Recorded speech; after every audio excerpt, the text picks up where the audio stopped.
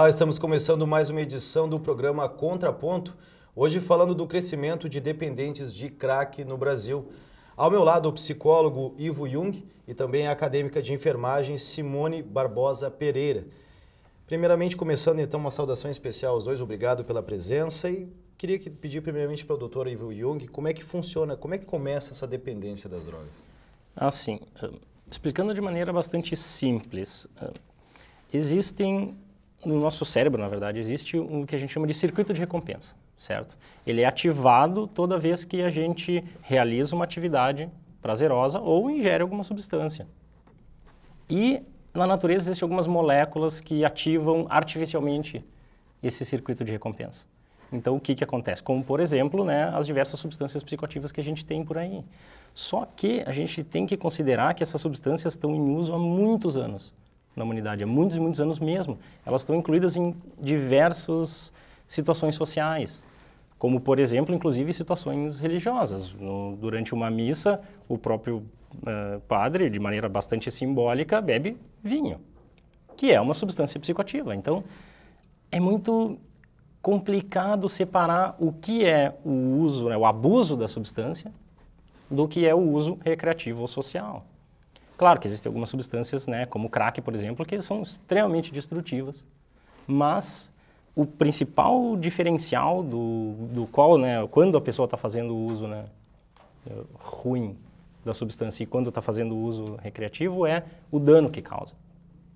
Uma pessoa poderia, por exemplo, claro, é difícil de encontrar, mas uma pessoa que faz uso de cocaína sem ter nenhum problema social. Ela continua com as suas atividades, ela continua sendo uma pessoa produtiva. Claro que isso é muito difícil, porque essas substâncias, como elas ativam o nosso sistema de recompensa de forma muito rápida, elas causam muito prazer, a pessoa começa a substituir qualquer outra situação positiva da sua vida pelo prazer químico da substância. Então, por que eu vou ter amigos se eu posso cheirar cocaína? Por que eu vou sair? Por que eu vou conhecer pessoas? Por que eu vou comer uma comida boa se eu posso cheirar cocaína? Porque é muito mais rápido o prazer. E isso, em geral, é o que mantém as pessoas, é o que faz as pessoas saírem do controle das suas próprias vidas, do como elas vão fazer, que atividades elas vão fazer. Em relação ao crack, a gente tem um número bastante assustador, que o último índice divulgado pela IBGE, hoje o Brasil tem mais de 1 milhão de usuários de crack. E o porquê dessa substância, o crack, a gente sabe que quando se faz campanha, trabalhos, divulgando os perigos dessa droga, mas o porquê esse crescimento 1 milhão, a gente está chegando a 0,5% da população, mais ou menos, se a gente for estimar que o Brasil tem cerca de 200 milhões, é um número bastante alto de usuários de crack. O porquê o crack, essa droga? É que assim, nenhuma pessoa que não faz uso de nenhuma substância vai acordar um dia de manhã e dizer, vou fumar crack. O que acontece? O usuário de crack, ele, em geral, mais de 90% das vezes, é dependente químico de múltiplas substâncias. O crack é a última, é a bola da vez. Entende? Então, o que acontece? As pessoas que antes usavam maconha, cocaína e entre outras drogas, simplesmente passaram para o crack, mas são dependentes químicos iguais, com os mesmos problemas que tinham antes. Já usavam outras substâncias. E o que diz os estudos muitas vezes é que o crack, em questão de uma ou duas, o consumo em uma ou duas vezes já acaba se tornando vício. Simone, daqui a pouco a gente vai falar do trabalho que vocês fazem do combate. E inclusive a gente vai ver se existe como se livrar desse vício. Mas dentro que tu acompanha nos trabalhos como enfermeira, como é que o paciente, logo que ele chega para um tratamento, ou quando ele está ainda entre um tratamento, mas como é que é a questão comportamental do usuário de crack? Sim, normalmente, assim, onde eu faço projetos, desenvolvo projetos, o dependente chega por uma ordem judicial, porque ele é menor de idade, aí os pais intervêm essa internação, Então, tem vários casos, desde daquele que a princípio aceita, mas daí começa todo um processo assim começa o tratamento, a desintoxicação, onde ele começa a tentar, de repente, a refletir se é isso mesmo que ele quer, e a partir daí a gente tem que contar com uma equipe, para fazer com que isso seja produtivo, para ter o cunho esperado, Existem situações também que a gente se depara daí com a questão da abstinência, que daí é bem forte, aí eles podem ficar agressivos, né? Mas é tudo um processo que ocorre durante a desintoxicação. E essa questão desse processo de abstinência, varia muito a questão comportamental, ou seja, de um a um, ou é um pouco padronizado? No início eles são mais agressivos, porque a gente sabe que essa droga, os estudos mostram o quanto ela é devastadora, né? A questão até de perder os dentes, a fisionomia, a questão do envelhecimento, mas logo que eles ficam, essa questão da abstinência, eles demonstram uma agressividade maior? É normal, é padrão? É normal, sim. Assim, até vou te dizer o seguinte, eu não trabalhei diretamente em uma unidade de desintoxicação. Eu acompanho alguns casos e os que eu acompanhei, normalmente aconteciam isso. 95%, 96% acontece isso, né, de se tornar um pouquinho mais agressivo, né? Então, eu acredito que de repente pode ser o local, de repente pode ser a aceitação ou só pelo uso do entorpecente, então vai variar sim de pessoa para pessoa. Ivo, tu estava falando da questão de como é que funciona essa dependência. Uma vez que a gente tem esse dado alarmante de 1 milhão de pessoas no Brasil, deixa de ser um problema individual, ou seja, é um problema restrito, se tornou um problema da sociedade, né? É que assim, mais uma vez, esse problema já existe na nossa sociedade há muitos anos. O crack é mais uma droga, entende? Inclusive, se tu for buscar os números, o estrago que o álcool causa, por exemplo, socialmente, é muito maior do que o crack. Por uma simples questão de quantidade de usuários e do quanto é socialmente aceitável que a pessoa tome um porre. Claro que existem leis, né, que vão restringir isso, mas a quantidade de pessoas que morreram por estarem bêbadas e dirigindo é muito maior do que a quantidade de pessoas que morrem por causa do crack. Entende? Então, sim, é um problema social, claro que é, mas a gente não pode perder a perspectiva. Entende? De que sim, ele é um problema, mas ele está inserido num problema muito maior, que é o como a gente lida com o uso de substâncias psicoativas em geral na nossa sociedade. Quando a gente fala do crack, tu fez esse comparativo com o álcool, se pensa nos perigos do crack, até pela questão, muitas vezes a pessoa acaba traficando, a pessoa acaba se inserindo tem outros problemas ao redor, que às vezes o álcool vem com a direção até a violência em casa, doméstica, mas são problemas diferentes, ou seja, o crack vem atrelado a isso.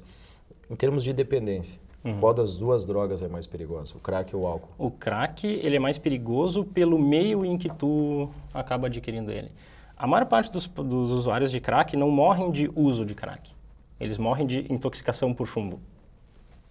Por quê? Porque eles acabam, para conseguir a droga, eles acabam entrando em um meio extremamente violento.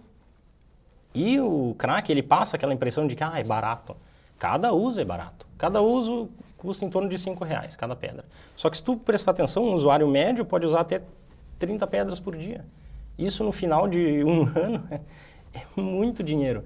Tu nunca vai ver, por exemplo, um usuário de maconha vendendo a própria casa para usar a droga. O crack é uma droga extremamente cara.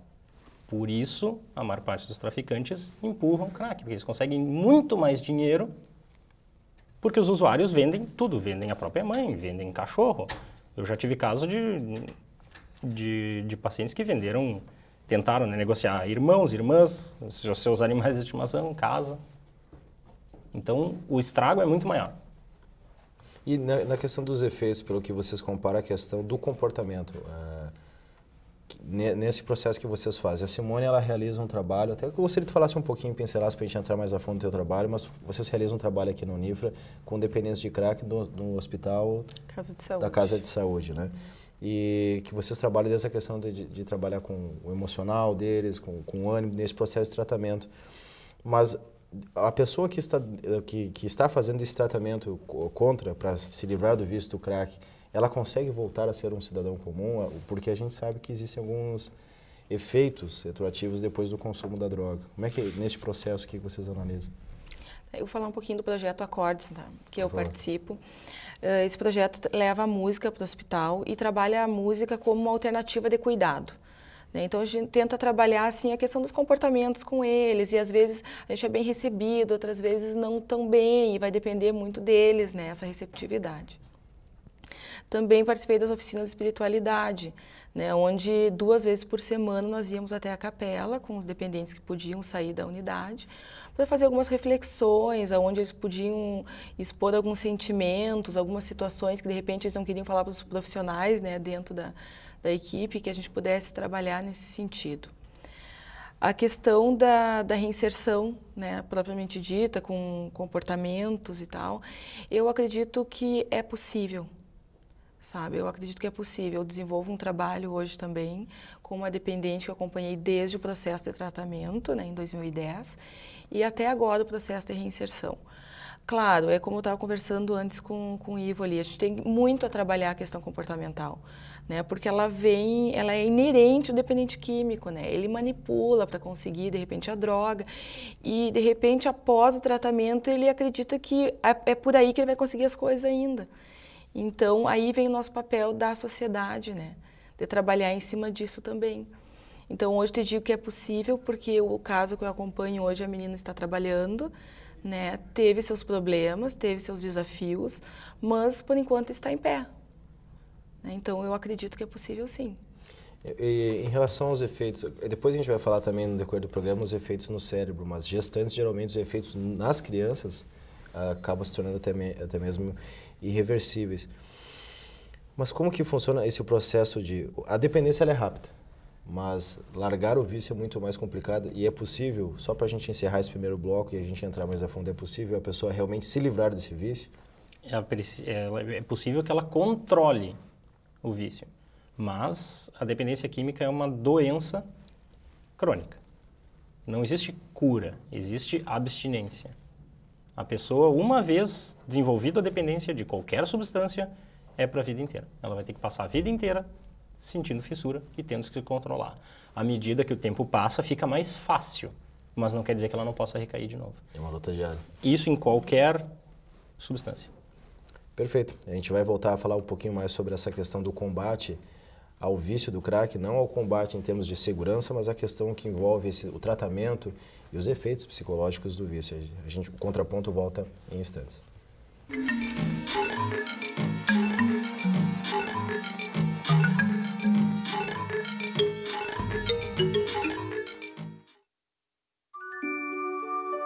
Existe um lugar onde eu me sinto muito feliz, porque eu brinco, dou risada, aprendo coisas novas e tenho um monte de amiguinhos. Alguns contos de fadas são reais e precisam de você para traçar um final feliz. Entre em contato conosco e saiba como ajudar.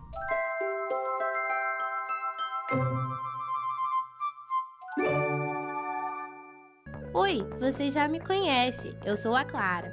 Já imaginou chegar na faculdade morrendo de sede e não ter água para beber? Ou chegar em casa louco por um banho e não poder tomar? Aposto que não seria legal. Água, para não acabar, devemos poupar.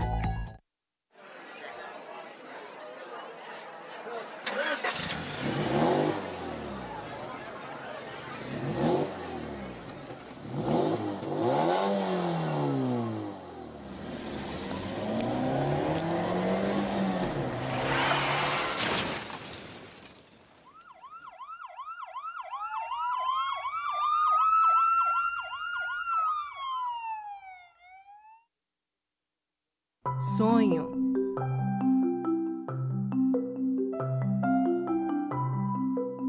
Esperança. Realização.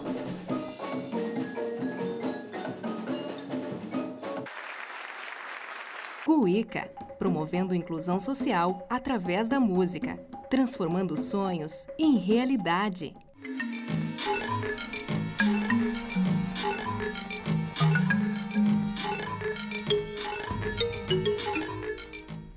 Voltamos com o programa Contraponto, falando hoje sobre o crescimento de usuários de crack no Brasil. Segundo os últimos dados do IBGE, hoje o país ultrapassa o número de 1 milhão de usuários. Só para a gente ter uma ideia o quanto isso é preocupante e quanto envolve toda a sociedade, segundo os dados da ONU, os países gastam em média de 0,5 a 1,3 do PIB no combate na questão dos dependentes, dos gastos com dependentes químicos.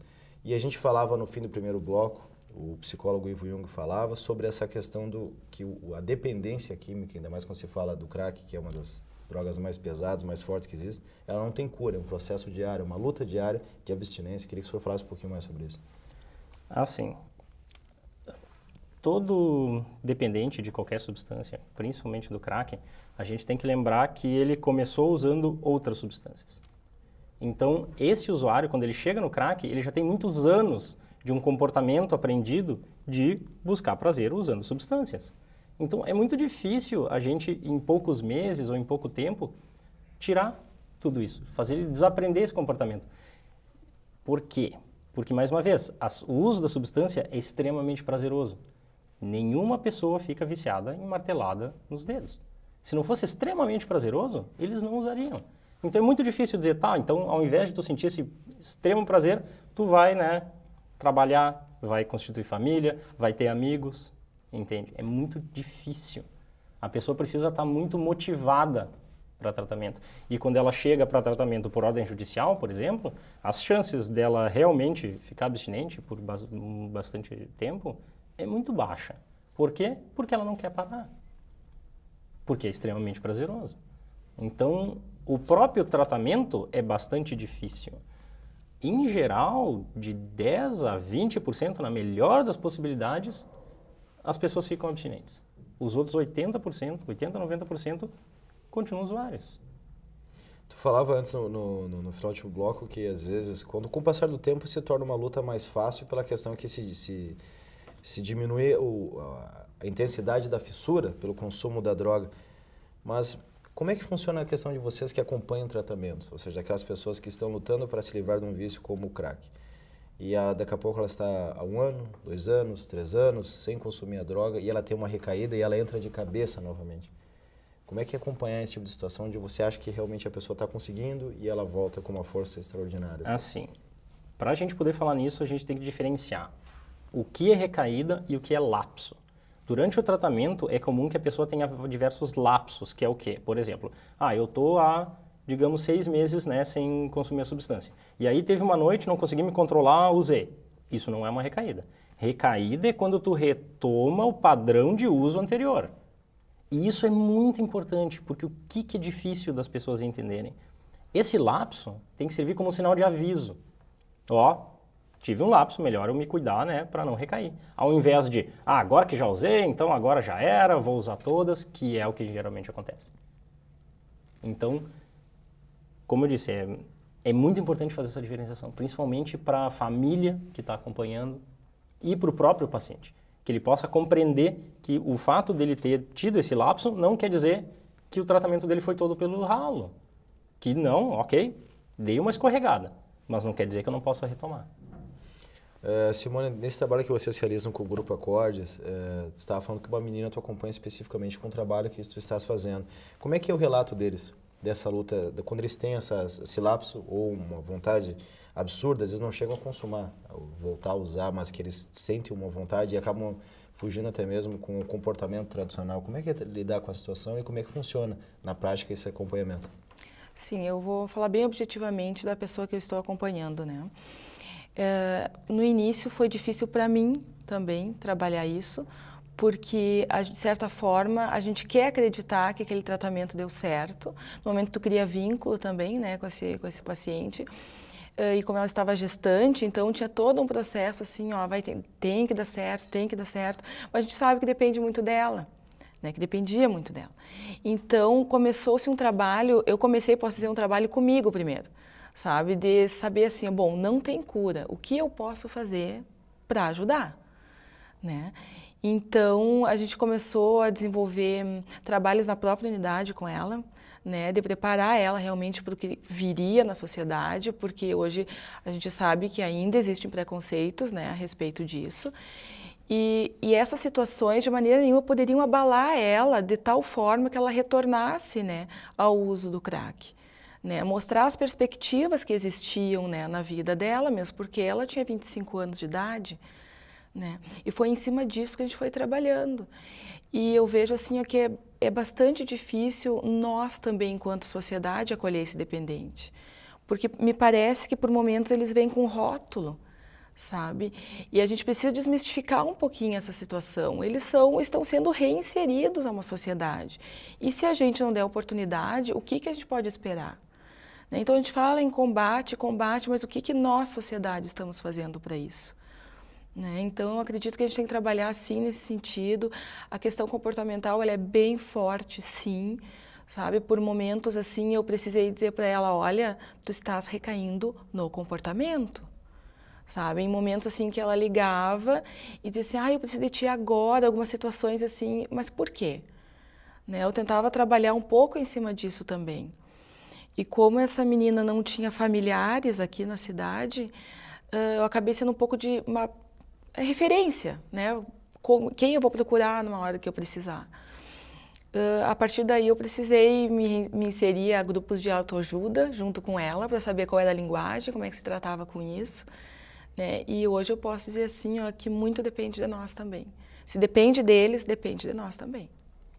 O que eles relatam de maior dificuldade? É justamente esse preconceito da sociedade, além, é óbvio, da questão da fissura. Exato. Uhum. Sim, existe sim. E às vezes é como eu comento assim com ela. Às vezes, será que não é tu que está sendo preconceituosa contigo mesmo? Será que realmente está acontecendo isso? Porque tem muito isso, né? Porque existe um rótulo muito forte, talvez eles se autorrotulem depois disso. Né? Eles precisam acreditar que eles estão numa sociedade, que eles são cidadãos como qualquer outro. Né? Então, é uma situação assim, que deveria trabalhar bastante a parte social no pós-tratamento. E os relatos que ela me falava assim era, eu tive muita dificuldade, eu estou chorando muito, o que eu faço? Sabe? Mas aí entra todo um contexto. Nessa situação, ela não tinha um familiar que pudesse apoiar, não tinha, né? Então, eu acredito que no momento que eles se sentem sós, né, dentro da sociedade novo, eu acho que deve bater sim, e agora o que eu faço? Porque antes eles tinham uma parceria, não era amizade, era uma parceria que eles tinham para esse consumo. E agora, com quem que eu posso contar? Eu percebi muito que era em torno disso. Tu falaste que, nesse caso, tu acompanha, é uma menina que está grávida ainda? Não, ela já teve ganhou. bebê. Uhum. E existe um estudo que fala que as crianças que estavam na barriga da mãe durante o processo de gestação, óbvio, e que elas consumiam crack, em menos de 48 horas elas apresentam algumas alterações neurológicas, né? Ou seja, afeta não só a pessoa que está consumindo, mas a criança que está por vir também, né? Com toda certeza. Assim, durante o processo, né, de formação da criança, o sistema nervoso é extremamente delicado. Por quê? Porque as células, elas recém estão aprendendo as suas funções, estão se adaptando. Então, se tu insere qualquer tipo de agente externo, químico, certamente vai causar alterações. E qualquer substância de abuso vai causar alterações. Álcool, conhecido por causar alterações. Cigarro, conhecido por causar alterações. Drogas que a gente vê diariamente causam alterações. Crack, então, meu Deus do céu, muitos problemas que podem vir. Inclusive, temos relatos de crianças que nascem apresentando sinais de fissura. Por quê? Porque foram expostas à substância extremamente cedo. E aí elas nascem já apresentando, né, agitação, nervosismo, choro muito mais fácil. Então, é uma questão bastante delicada, o dano que acaba causando. Por quê? Porque nós, infelizmente, a gente pareia, né, a gente associa o usuário de substâncias com o transgressor da lei. E o que acontece? Limita o tratamento que a gente pode dar para as pessoas. Por quê? Porque no momento que tu admite que tu usa uma substância, automaticamente, como você conseguiu essa substância, você é um transgressor. E o que acontece? Você é afastado. Me parece que é um tema bastante complexo, é óbvio que bastante amplo, mas fica uma questão que é difícil a gente chegar a um consenso comum, porque ao mesmo tempo que a sociedade ela precisa, de certa forma, abraçar esses dependentes para que eles possam ser inseridos, a gente ouvindo falar dos danos que o crack traz para a pessoa e que não existe essa cura, ou seja, que a pessoa pode recair, existe o medo também. Então, é uma situação onde as pessoas elas têm dificuldade em saber como se portar, talvez pela falta de conhecimento, talvez pelo preconceito, mas também pelo medo. Por exemplo, estamos entre 3 aqui, um de nós é dependente, como lidar? Será que ele vai ter uma recaída? Será que ele vai ficar agressivo? É difícil a gente chegar a um consenso de como que a sociedade deveria se portar com esses dependentes. Assim, a questão da agressividade, qualquer pessoa, dependente de qualquer substância, durante a fase da abstinência, vai apresentar ansiedade e agressividade. Um chocólatra, longe de chocolate, e começa a apresentar abstinência, vai ficar irritado, vai xingar, vai gritar com quem está na volta, entende? Então, o problema é que, mais uma vez, as pessoas não percebem o quanto de substâncias psicoativas a gente usa. Medicação para dormir, extremamente comum. Então, tu pode perceber uma pessoa que não consegue dormir sem o seu Rivotril ou outro benzodiazepínico qualquer, fazendo um discurso de, não, mas essa outra substância aí está errada. Porque, né, a minha eu compro na farmácia, enquanto a sua tu compra de um traficante. Mas, na verdade, o processo é o mesmo. O sistema nervoso é o mesmo. Não existe uma pessoa que vai dizer, não, comigo é diferente. Não. Tu tem o mesmo cérebro que eu. Se eu uso a substância e fico dependente e apresento esses sintomas, contigo vai ser igual.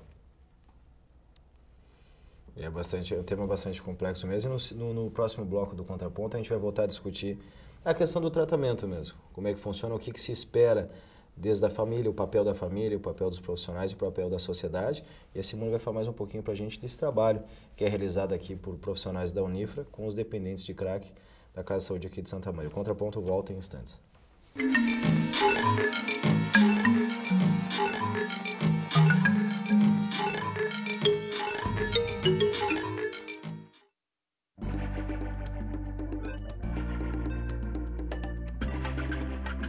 Por princípio, não deixe luzes acesas. A luminosidade de que o mundo precisa é a clareza dos seres. Deixe que a natureza seja fonte de luz por meio de seus princípios ecológicos. Permita que ela irradie a sua energia.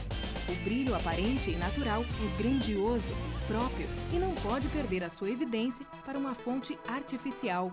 Sempre que possível, não deixe luzes acesas. Para desenhar a vida é preciso nascer. Para viver a vida é preciso saber. Saber amar, dar carinho, fazer acontecer. Colorir a vida é renascer. Doação de órgãos, pinte essa mensagem.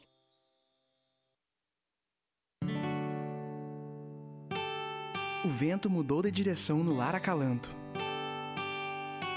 Agora, além de amparar crianças que convivem com o vírus HIV, a casa está acolhendo famílias e crianças que possuem doenças crônicas degenerativas.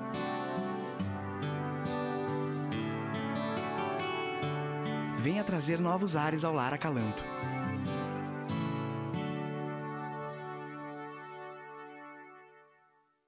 Desde que a gente nasce, um monte de gente ajuda a montar as peças da nossa vida.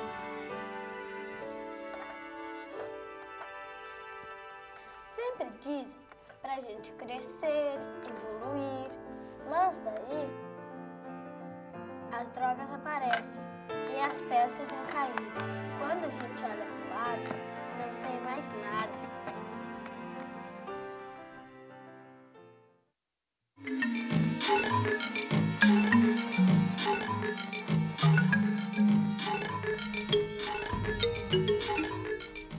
Voltamos com o programa Contraponto, hoje falando sobre o crescimento de usuários de crack, com o psicólogo Ivo Jung e a acadêmica de enfermagem Simone Barbosa Pereira.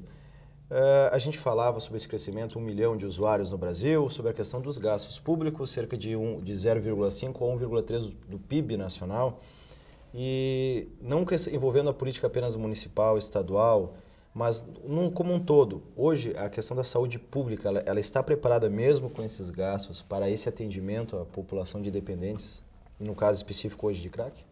Assim, eu acredito que ela não está preparada. Como a gente tinha citado, né, no último bloco, o pareamento do dependente químico com o transgressor torna muito difícil que a gente consiga acessar essa população.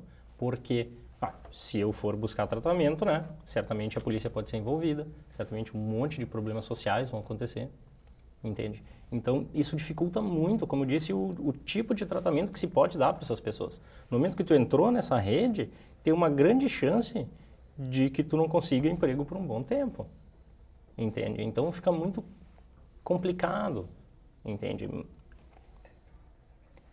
A gente tem que levar em consideração, mais uma vez, a questão social, a questão do dano social e comportamental causado pela substância. Porque como a pessoa Mas crack, em até 10 dias, a pessoa já pode não ter mais sintomas relacionados diretamente à substância que está no seu sangue, no seu corpo. Essa é a primeira parte.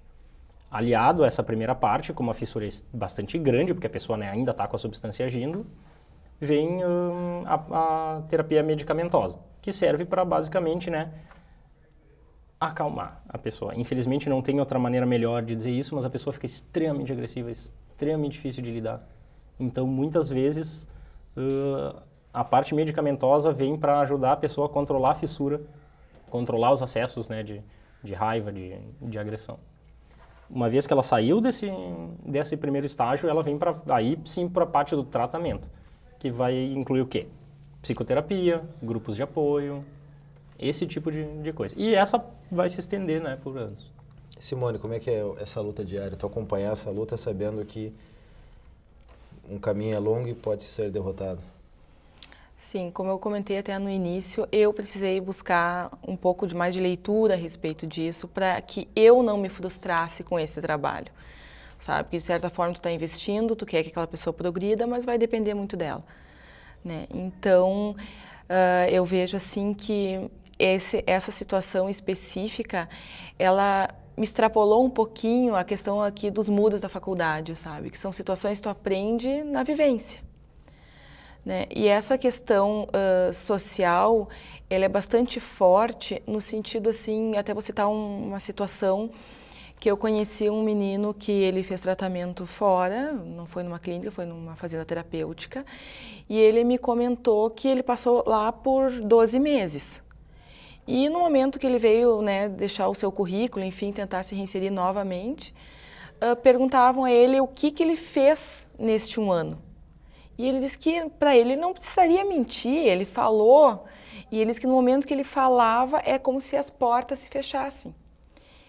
Então eu vejo assim, ó, que aliado ao tratamento, a gente precisa desse apoio social, desse apoio com as empresas, buscar aliados para essa reinserção, para esse tratamento. Porque como o Ivo falou, esse tratamento é a vida toda, sabe? Vai ter dias que eles vão ter altos e baixos, eles vão ter que saber lidar com isso. Só que se torna muito mais fácil no momento que tu tem oportunidades para isso. Dentro desse processo, a importância da família, da sociedade nesse processo de tratamento?